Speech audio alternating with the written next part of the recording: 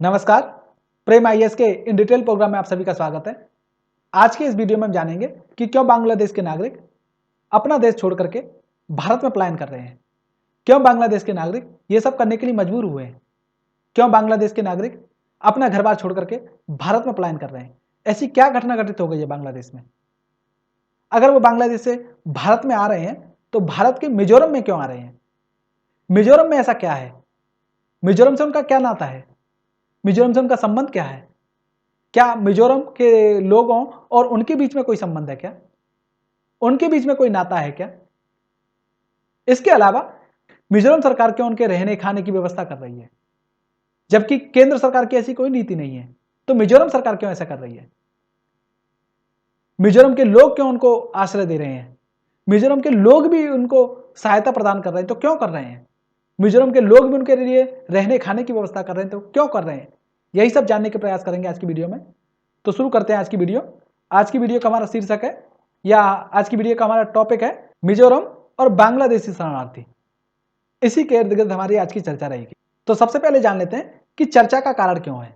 चर्चा का कारण इसलिए है कि बांग्लादेशी सुरक्षा बलों और कुकी चिन राष्ट्रीय सेना के बीच में सशस्त्र संघर्ष हुआ है।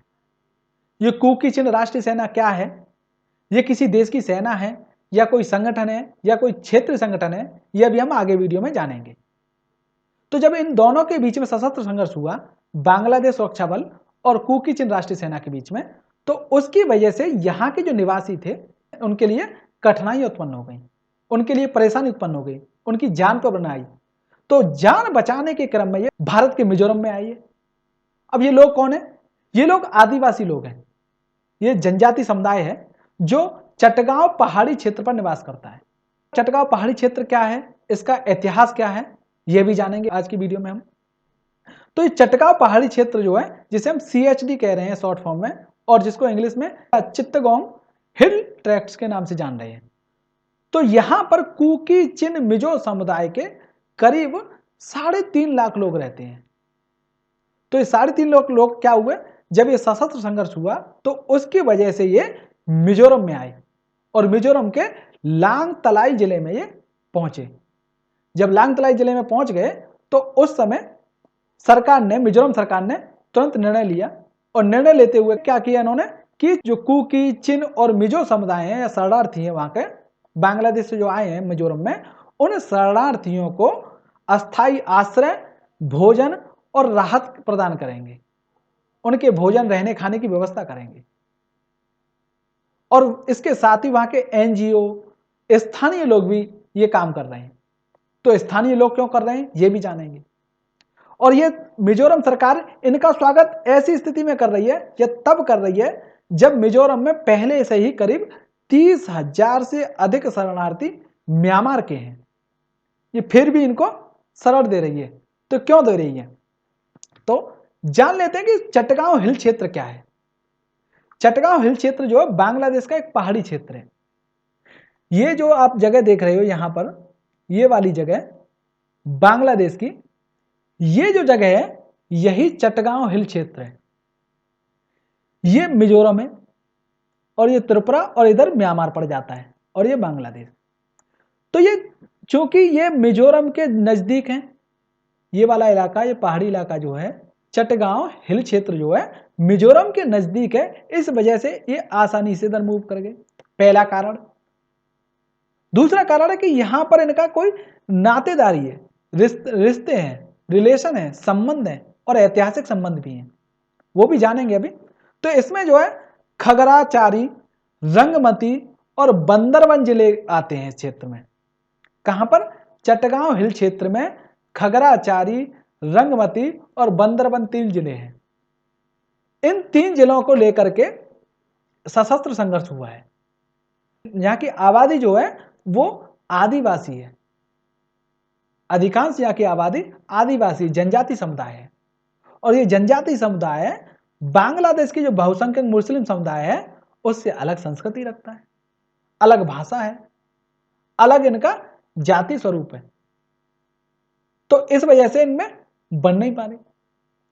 इसके साथ ही साथ ये पूर्व में मिजोरम से, यहां देख रहे हैं पूर्व में क्या कर रहे हैं, मिजोरम से लग रही है इसकी सीमा है चटगांव हिल क्षेत्र की, और इधर उत्तर में त्रिपुरा से लग रही है, और इधर जो है दक्षिण और दक्षिण पूर्व में म्यांमार से लग रही है ये सीधा। तो यहां की जनजाति आदिवासी जनजाति समुदाय, तो ये भारत का जो जनजाति समुदाय है उससे निकटता रख रहा है। भारत का जनजाति समुदाय कहने का मतलब है कि मिजोरम में जो जनजाति समुदाय है उससे निकटता रखता है ये। उनके साथ उनके ऐतिहासिक संबंध है, उनके साथ उनके जाति संबंध है, उनके साथ उनके रिलेशन है, शादी भी आपस में करते हैं ये लोग, आवागमन होता है शादी ब्याह में। तो ये मुख्य रूप से मिजोरम में जनजातीय आबादी के साथ संबंध रखते हैं ये, और एक ही संस्कृति को, एक ही वंश को साझा करते हैं। ये वंश क्या है, यानी कि इतिहास में ये एक ही उससे पैदा हुए होंगे, उसके बाद ये डिवाइड हुए हैं। तो इस इतिहास क्रम को भी हम जानेंगे अभी। तो मिजोरम आने का कारण, पहली बात तो कि मिजोरम के जनजातीय आबादी से संबंध रखते हैं, पहला कारण ये मिजोरम में पलायन किए। दूसरा कारण एक ही संस्कृति को और एक ही वंश को साझा करते हैं मिजोरम के लोग, और ये जो चिटगांव या चटगांव पहाड़ी क्षेत्र है इनके लोग जो है दोनों आपस में एक ही संस्कृति और एक ही वंश को साझा कर रहे हैं। इसके साथ ही ये जो है मिजोरम से इनकी निकटता थी इसलिए आसानी से आ गए, और मिजोरम बांग्लादेश के साथ करीब करीब 318 किलोमीटर लंबी सीमा साझा करता है। ठीक है, तो ये वो अभी हम मैप में देख रहे थे। तो ये जो हरा वाला जो एरिया है यही चटगांव पहाड़ी क्षेत्र है, और ये मिजोरम अपना, ये त्रिपुरा और ये म्यांमार पूरा, ये बांग्लादेश का रीजन है, यानी कि ये पूरा बांग्लादेश का रीजन है। तो यहां जो चटगांव पहाड़ी क्षेत्र है, यहां जब संघर्ष हुआ तो इसकी वजह से ये मिजोरम में पलायन कर गए, और बताया कि मिजोरम में ही क्यों आए। ठीक है, तो जान लेते हैं कुकी चिन नेशनल फ्रंट क्या है। इस कुकी चिन नेशनल फ्रंट के बारे में जान लेते हैं सबसे पहले। तो ये कुकी चिन नेशनल फ्रंट जो है एक जातीय अलगाववादी संगठन है। जो CHD है, यानी कि चटगांव क्षेत्र है, यहां पर रहने वाले कुकी चिन समुदायों का ये प्रतिनिधित्व करने का दावा करता है। कुकी, चिन, मिजो, इन सब का जो है कहता है कि हम प्रतिनिधित्व करते हैं। कौन? कुकी चिन नेशनल फ्रंट। ये एक राजनीतिक संगठन है, राजनीतिक आधार तैयार करता है ये। और किस लिए तैयार करता है? क्योंकि ये एक राज्य बनाना चाहते हैं, अपना देश बनाना चाहते हैं। किससे मिलाकर के? कुकी, चिन और मिजो समुदाय से मिलाकर के अपना एक स्वायत्त क्षेत्र बनाना चाहते हैं। तो उसके लिए कुकी चिन नेशनल फ्रंट काम करता है। और ये कुकी चिन नेशनल फ्रंट क्या कर रहा है? एक अलग राज्य की मांग कर रहा है, स्वायत्त राज्य की मांग कर रहा है। और ये इस मांग के साथ करीब साल 2008 में उभरा था। और ये जो है इसकी एक सशस्त्र शाखा है जिसका अभी हम चर्चा करके आए हैं, चर्चा पहले ही, कि कुकी चिन नेशनल आर्मी या कुकी चिन राष्ट्रीय सेना। तो कुकी चिन राष्ट्रीय सेना इसका सशस्त्र संगठन है। ये राजनीतिक आधार तैयार करता है, वो संघर्ष करता है, वो फ्रंट पे लड़ता है। कौन? कुकी चिन राष्ट्रीय सेना या कुकी चिन नेशनल आर्मी जो है, KNA के नाम से हम जान रहे हैं। तो ये बांग्लादेश में रैपिड एक्शन बटालियन है, उसके साथ संघर्ष करता है ये कुकी चिन नेशनल आर्मी जो है यह संगठन। तो ये KNF का दावा क्या है? ये KNF यानी कुकी चिन नेशनल फ्रंट का दावा क्या है? इसका दावा ये है कि जो बामम, पुंखुआ, लुसाई, खुमी, म्रो और ख्यांग जाति समुदाय, ये सभी एक ही बड़ी कुकी चिन जाति के लोग हैं। यानी मिजोरम में जो लोग रह रहे हैं, जो चटगांव हिल क्षेत्र पर जो लोग रह रहे हैं, म्यांमार के जो लोग हैं, और कुछ त्रिपुरा इधर उधर रह रहे लोग जो हैं, ये इनमें जो एक जाति समुदाय है, कौन? बाबम, पुंखुआ, लुसाई, खुमी, म्रो और ख्यांग जाति समुदाय, ये एक ही बड़ी चिन जाति यानी कुकी चिन जाति के वंशज हैं ये। तो इनको इकट्ठा करना है। इनको ये कुकी चिन नेशनल फ्रंट क्या करे? इनको इकट्ठा करके एक स्वायत्त राज्य बनाना है। तो ये जोरो एक इसका एक अन्य संगठन है। तो जोरो के अनुसार क्या है? KNA यानी कि जो KNA जो कुकी चिन नेशनल आर्मी। इसके खिलाफ बांग्लादेशी जो बल है, सुरक्षा बल है या सेना है, उसने म्यांमार में स्थित एक अराकान सेना के साथ में समझौता किया है। किसको खत्म करने के लिए? इस कुकी चिन नेशनल आर्मी को खत्म करने के लिए। अब ये अराकान सेना क्या है? ये अराकान सेना वही है जो अभी म्यांमार के जो भारत में पलायन हुआ था 2021 में म्यांमार से अन्य क्षेत्रों में भी, तो ये अराकान सेना यानी रखाइल प्रांत जो था, वहां पर मुस्लिमों का जब पलायन हुआ तो मुस्लिम जो म्यांमार की आर्मी से लड़ रहे थे, उसके लिए अराकान सेना बनाई गई थी। उस अराकान सेना के साथ क्या किया बांग्लादेश ने? समझौता करके किसको खत्म करना है? कुकी चिन नेशनल आर्मी को। यह किसका दावा है? जोरो का दावा है। तो ये जोरो क्या है, इसी को जान लेते हैं। तो जोरो एक क्या है? जोरो की फुल फॉर्म है जो रीयूनिफिकेशन ऑर्गेनाइजेशन, यानी जो जाति समुदाय, और रीयूनिफिकेशन यानी कि एकीकरण और संगठन। इस जो जाति समुदाय का एकीकरण करना इसका लक्ष्य है। और ये मिजोरम आधारित संघ है या मिजोरम आधारित संगठन है। मिजोरम से अपनी गतिविधियां करता है। तो इसका उद्देश्य है कि भारत में, म्यांमार में और बांग्लादेश में जो चिनकुकी मिजो समुदाय रहता है या चिनकुकी जो जनजाति समुदाय रहता है, उनका एकीकरण करना है। किसका उद्देश्य? जोरो का, यानी जो रीयूनिफिकेशन ऑर्गेनाइजेशन। तो ये क्या करता है कि क्या डिमांड है या क्या इनका अलग उद्देश्य है? इनका उद्देश्य है कि स्वायत्त राज्य बनाना। तो ये बताता है, जो संगठन जो है ये बताता है कि ब्रिटिश काल से पहले या ब्रिटिश काल में ये जो है एक ही क्षेत्र में निवास करते थे, एक ही देश में निवास करते थे और एक ही राज्य में निवास करते थे। ऐसा इनका कहना है कि ये कुकी चिन और मिजो समुदाय है, ये अपने एक देश में रहते थे और ये देश करीब करीब 91,000 वर्ग किलोमीटर क्षेत्र में फैला हुआ था। और ये कहां था? ये जो वर्तमान का जो अभी टिप्पे रहा पहाड़ी क्षेत्र त्रिपुरा में, वो कछार पहाड़ी क्षेत्र, असम, मणिपुर की दक्षिण पूर्वी और पश्चिमी पहाड़ियां, ये और लुसाई पहाड़ी क्षेत्र मिजोरम, जो वर्तमान का मिजोरम है।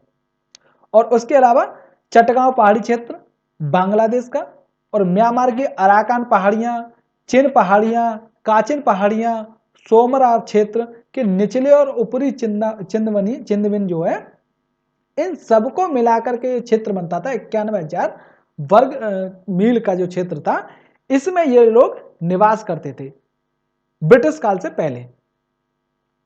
तो ये ब्रिटिश काल से पहले यह निवास करते थे, यानी ये कह रहे हैं हमारा एक स्वतंत्र देश था, हम उसमें निवास करते थे, परंतु ब्रिटिश ने क्या किया? उसमें हस्तक्षेप किया और आगे 1871 में जब ये एक अभियान चलाती है, कौन?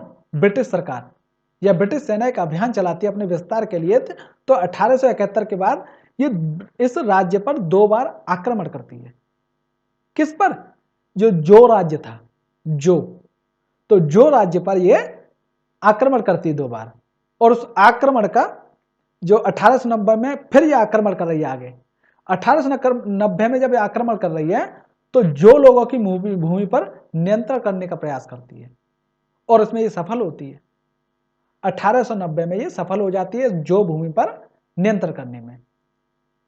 और आगे फिर ब्रिटिश शासक क्या करते हैं? इसको प्रशासनिक सुविधा के लिए बांट देते हैं। किसको? जो राज्य को। इस जो राज्य को प्रशासनिक सुविधा के लिए बांट दे रहे हैं।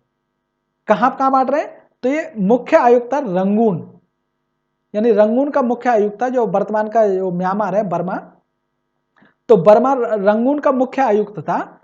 उसकी अध्यक्षता में इनको 3 क्षेत्रों में डिवाइड करते हैं।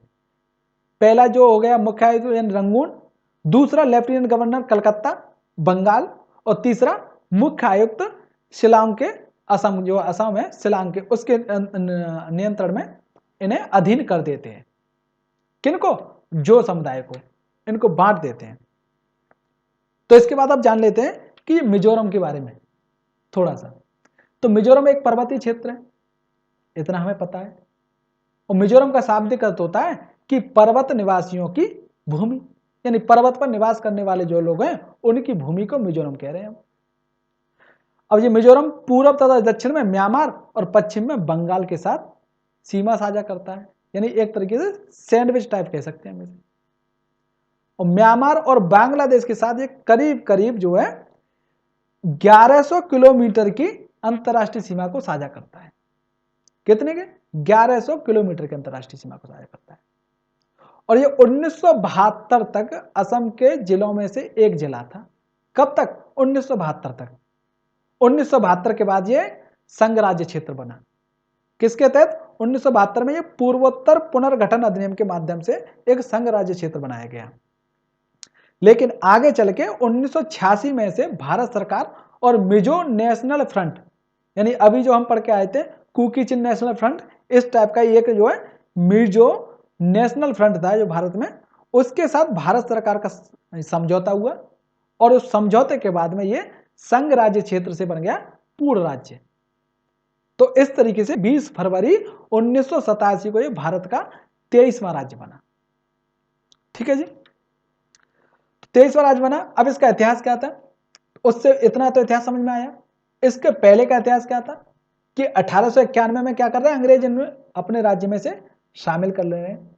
जैसा कि अभी जो संगठन के बारे में, जो संगठन के अनुसार हमने बताया, जो संगठन का भी यही कहना था कि 1891 में ये जो है ब्रिटिश सेना हमला करती है किस पर? जो राज्य पर, और उससे अलग डिवाइड कर देती है उस जो राज्य को 3 भागों में।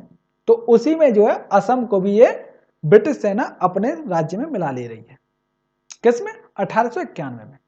पहले क्या करती है कि इसके कुछ वर्षों तक इसके उत्तरी भाग को जो है लुसाई हिल्स असम के अधीन रखती है और निचला जो दक्षिणी भाग था उसको बंगाल के अधीन रखती है। कौन?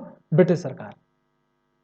और उसके बाद में 1898 में दोनों भागों को मिलाकर के असम के मुख्य आयुक्त के अधीन एक जिला बना देती थी।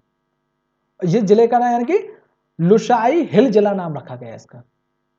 लुसाई हिल जिला नाम रखा गया इसका। अब इस सब मामले में हमने देख लिया कि चूंकि मिजोरम का जो है इनके साथ में ऐतिहासिक संबंध है, ऐसा दावा है कि मिजोरम में जो जाति समुदाय रहता है, आदिवासी समुदाय रहता है, जनजाति समुदाय रहता है, उनका इस चटगांव हिल क्षेत्र के लोगों से ऐतिहासिक संबंध है। एक ही वंश के जो लोग हैं। ऐसा कहा जाता है कि ये जो वंश है वो चीन से चला था और चीन से चलने के बाद में ये म्यांमार में पहुंचा, म्यांमार से फिर ये भारत में पहुंचा, भारत में फिर ये इधर उधर फैला। तो ये यही चाहते हैं कि एक स्वायत्त राज्य बने। और इस पे जो है जब संघर्ष हुआ तो ये मिजोरम में आए, मिजोरम में शरण ली, और मिजोरम में शरण ली तो मिजोरम ने इनके लिए व्यवस्था की। परंतु केंद्र सरकार का क्या रुख है इसमें? केंद्र सरकार का ऐसा कोई रुख नहीं कि इन्हें शरण दी जाए। केंद्र सरकार ने मिजोरम से बोला भी कि क्यों शरण दे रहे हो आप। तो केंद्र सरकार का स्पष्ट रुख है कि पहली बात तो भारत में शरणार्थियों को लेकर के कोई स्पष्ट नीति नहीं है। भारत ना तो 1951 में के संयुक्त राष्ट्र शरणार्थी सम्मेलन था उसका हस्ताक्षर करता है, और ना ही इसका जो 1962 का जो प्रोटोकॉल था उसका हस्ताक्षर करता है, और ना ही भारत की कोई घरेलू नीति है इस संदर्भ में। परंतु केंद्र सरकार के जो गृह मंत्री हैं माननीय अमित शाह जी, उन्होंने जब 2021 में म्यांमार से जब पलायन हो रहा था भारत में, म्यांमार से जब शरणार्थी भारत में आ रहे थे, तो उन्होंने स्पष्ट भाषा में कह दिया था कि अवैध घुसपैठ को तुरंत रोका जाए, उसके खिलाफ कार्रवाई की जाए। शरणार्थियों के मुद्दे पर देख ही रहे हैं, केंद्र सरकार का अलग रुख है, मिजोरम सरकार का अलग रुख है, दोनों के बीच में मतभेद है। चूंकि कोई घरेलू पॉलिसी नहीं है और ना ही हम अंतरराष्ट्रीय किसी समझौते के हस्ताक्षर करता है, तो घरेलू कोई नीति नहीं है। इस वजह से मिजोरम और केंद्र सरकार के बीच में स्पष्ट रूप से इसमें मतभेद दिखता है। मिजोरम सरकार उनका स्वागत करती है, जबकि केंद्र सरकार का ऐसा कोई मत नहीं है।